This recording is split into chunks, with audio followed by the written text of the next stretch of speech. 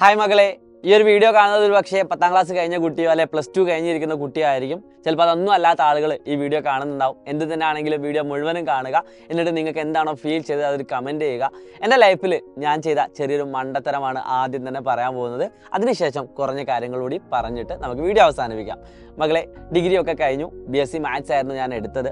അങ്ങനെ പ്രത്യേകിച്ച് എന്ത് ചെയ്യണം എന്നൊരു ഐഡിയ എനിക്കില്ല. റിസൾട്ടൊക്കെ വന്ന് വലിയ കുഴപ്പമില്ലാത്ത മാർക്കുണ്ട്. പക്ഷേ PGക്ക് പോകണോ അല്ലെങ്കിൽ മറ്റെന്തെങ്കിലും കോഴ്സുകൾ ചെയ്യണോ എന്ന് പ്രത്യേകിച്ച് ഒരു ഐഡിയ ഇല്ലാതിരിക്കുന്ന സമയത്ത്, വായനശാല ഇരിക്കുന്ന സമയത്താണ് ഞാൻ പേപ്പർ ഇങ്ങനെ മറിച്ച് നോക്കിയത്. അവിടെ അടിഭാഗത്തായിട്ട് ഒരുപാട് ആഡുകൾ കണ്ടു. ലോജിസ്റ്റിക്സ്, സാപ്പ്, അങ്ങനെ ഒരുപാട് ഇപ്പോഴത്തെ ഡിപ്ലോമ കോഴ്സുകളെ പറ്റി കണ്ടു. പക്ഷേ അത് എന്നെ അട്രാക്ട് ചെയ്തൊരു കാര്യം ഉണ്ടായിരുന്നു, സാപ്പ് എന്ന് പറയുന്ന ഒരു കോഴ്സ്. അങ്ങനെ ഞാൻ എന്ത് ചെയ്തു വെച്ചാൽ, ഞാൻ BSc മാത്സ് കഴിഞ്ഞ ഒരു കുട്ടിയാണ്. സാപ്പ് എന്ന് പറഞ്ഞാൽ ശരിക്കും ഒരു കൊമേഴ്സ് കഴിഞ്ഞ കുട്ടിക്ക് എടുക്കേണ്ട ഒരു കോഴ്സാണ്.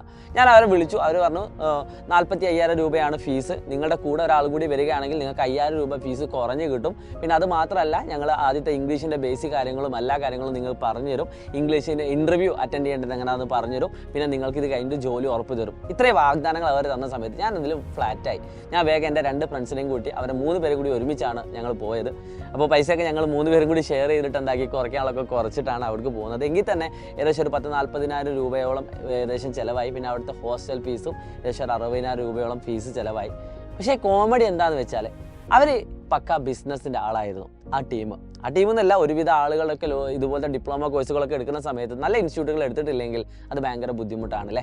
അപ്പോൾ ഏകദേശം ഒരു 1.5 ലക്ഷത്തോളം രൂപ എനിക്ക് വേസ്റ്റായി എന്ന് തന്നെ പറയാം. എനിക്ക് നല്ല ഞങ്ങൾ 3 പേർക്ക് പ്രത്യേകിച്ച് ഒരു ഉപകാരമില്ല. എൻ്റെ സർട്ടിഫിക്കറ്റ് ഇപ്പോഴും വീട്ടിലുണ്ട്. പൈസ കൊടുത്താൽ ഒരു സർട്ടിഫിക്കറ്റ് തരുന്നൊരു ടീമായിരുന്നു. പക്ഷേ അവർ പുറമെ നല്ല ടീമാണെന്നൊക്കെയുള്ള രീതിയിൽ പരസ്യം കാര്യങ്ങളൊക്കെ കൊടുക്കും. ഇവിടെ എനിക്ക് വന്ന പിശക് എന്താണെന്ന് വെച്ചാൽ, എനിക്ക് വ്യക്തമായുള്ളൊരു കരിയർ പ്ലാൻ ഇല്ലായിരുന്നു. അത് ഇമ്പോർട്ടൻ്റ് ആണ്. ഏതാണ് നല്ല കോഴ്സ്, എവിടെയാണ് നമ്മൾ പഠിക്കേണ്ടത്, എപ്പോഴാണ് പഠിച്ചിറങ്ങേണ്ടത്. അന്ന് ഞാനൊക്കെ പഠിക്കുന്ന അല്ലെങ്കിൽ എൻ്റെയൊക്കെ ഉപ്പമാരോ അല്ലെങ്കിൽ ആ സമയത്തുള്ള കോഴ്സ് ആയിരിക്കില്ല ഇപ്പോഴുള്ള കോഴ്സ് എന്ന് പറയുന്നത്. അന്ന് ആ കോഴ്സിന്, ഞാനിപ്പോൾ ഡിഗ്രി എടുക്കുന്ന ഒരു കുട്ടിയാണെങ്കിൽ അന്ന് അതിന് ഭയങ്കര വാല്യൂ ഉണ്ടെങ്കിൽ ഇന്ന് ചിലപ്പോൾ ഡിഗ്രിക്ക് ചിലപ്പോൾ വാല്യൂ ഉണ്ടാവണമെന്നില്ല. ഓരോ വർഷവും അല്ലെങ്കിൽ ഓരോ ഒരു ടൈം പീരീഡ് കഴിയുന്ന സമയത്തും കോഴ്സുകളും മാറിക്കൊണ്ടേയിരിക്കും. ഇപ്പോൾ AI ഒക്കെ വന്ന കാലഘട്ടമാണ്. അപ്പോൾ ഏറ്റവും കൂടുതൽ നമ്മൾ അത് ഉപയോഗിച്ചുകൊണ്ടുള്ള കോഴ്സുകൾക്കാണ് പ്രാധാന്യം കൊടുക്കുന്നത്. പക്ഷേ അതിൽ തന്നെ സാധ്യതകൾ ഉള്ളതുണ്ട്, സാധ്യതകൾ ഇല്ലാത്തതുണ്ട്. അപ്പോൾ ഒരു കരിയർ പ്ലാൻ ചെയ്യുന്ന സമയത്ത് നമ്മുടെ ഭാവിയിൽ നമ്മൾ വളർന്ന ആ ഇതിലേക്ക് എത്തുന്ന സമയത്ത് നമുക്ക് സാധ്യതകളുള്ള കോഴ്സുകൾ ഏതാണ്, ഞാൻ ഏതെടുത്താലാണ് എനിക്ക് എൻ്റെ സ്കില്ല് എന്താണ്, ആ സ്കില്ലിന് പറ്റിയ കോഴ്സ് എന്താണ്, ആ കോഴ്സ് പഠിക്കണമെങ്കിൽ ഞാൻ ഏത് ഇൻസ്റ്റിറ്റ്യൂട്ട് പോകണം, ഏത് ഇൻസ്റ്റിറ്റ്യൂട്ട് പഠിച്ചാലാണ് എനിക്ക് ജോലി കൂടുതൽ ഓഫർ കിട്ടുന്നത്, എനിക്ക് ഏറ്റവും കൂടുതൽ സാലറി കിട്ടുന്നത്, ഇതൊക്കെ നിർണായകമാണ്.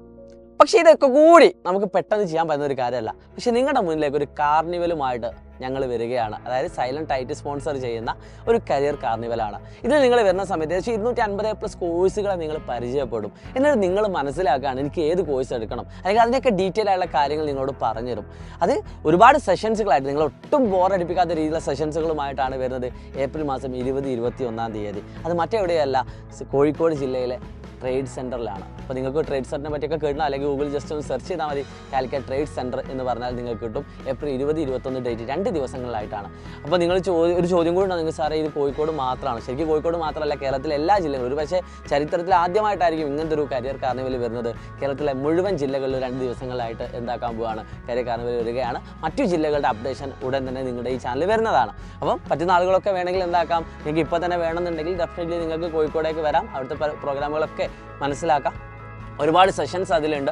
നമുക്കറിയാം, തിരുവനന്തപുരത്തൊക്കെ വലിയൊരു മൂണൊക്കെ പ്രദർശിപ്പിച്ച വലിയൊരു മ്യൂസിയം ടീമൊക്കെ ഉണ്ടല്ലോ, അവരൊക്കെ മുന്നിൽ വെച്ച് നയിക്കുന്ന ഒരുപാട് മ്യൂസിയം, അതായത് കുറേ എക്സ്പോകൾ കാര്യങ്ങളൊക്കെ അതിൻ്റെ ഉള്ളിൽ ഇൻക്ലൂഡഡ് ആണ്. അതായത് ഫുള്ളി എൻ്റർടൈൻ ആയിട്ടുള്ള, എന്നാൽ ഒരുപാട് കാര്യങ്ങൾ നിങ്ങൾക്ക് പഠിക്കാൻ പറ്റുന്ന രീതിയിലായിരിക്കും ഈ ഒരു പ്രോഗ്രാം സെറ്റ് ചെയ്ത് വെച്ചിരിക്കുന്നത്. അപ്പോൾ മടിക്കണ്ട, 20-21 നിങ്ങൾ നിങ്ങളുടെ പാരൻസിനോടൊക്കെ വരാൻ പറയുക. കാരണം നമ്മുടെ കരിയറിൽ ഏറ്റവും ഇമ്പോർട്ടൻ്റ് ഉള്ള കാര്യം, നമ്മുടെ കൂടെ നമ്മുടെ പാരൻസും ഉണ്ടെങ്കിൽ അത് ഭയങ്കര ഒരു സപ്പോർട്ടാണ്. അപ്പോൾ നിങ്ങൾ ഒറ്റയ്ക്ക് വരുന്നതിന് പകരം പാരൻസിനെയൊക്കെ കൂട്ടിയിട്ട് വരുന്നതാണ് ഏറ്റവും നല്ലത്.